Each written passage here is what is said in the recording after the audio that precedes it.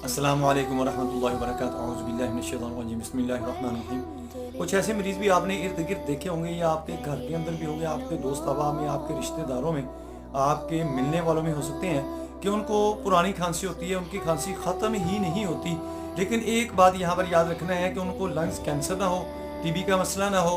अगर ऐसा मसला हो खुदा ना खास्ता तो उनको डॉक्टर के साथ रुजू करना चाहिए। अगर वैसे हैं, उनको कोई प्रॉब्लम नहीं है, तो खुसूसन इन दिनों के अंदर जो ये सर्दियों का सीज़न चल रहा है, चूँकि इन दिनों में खुश्की हो जाती है, हम पानी कम पीते हैं, धूल मिट्टी ज़्यादा हो जाती है, डस्ट वगैरह ज़्यादा आना शुरू हो जाती है, जिसकी वजह से ये खांसी का मसला बनता है। और अक्सर लोग तंग हो जाते हैं, खौं खौं करते रहते हैं, वो खौं खौं उनकी हटती ही नहीं है। उसको हटाने के लिए ये बहुत ही ज़बरदस्त किस्म का नुस्खा मैंने आज आपको बताना है।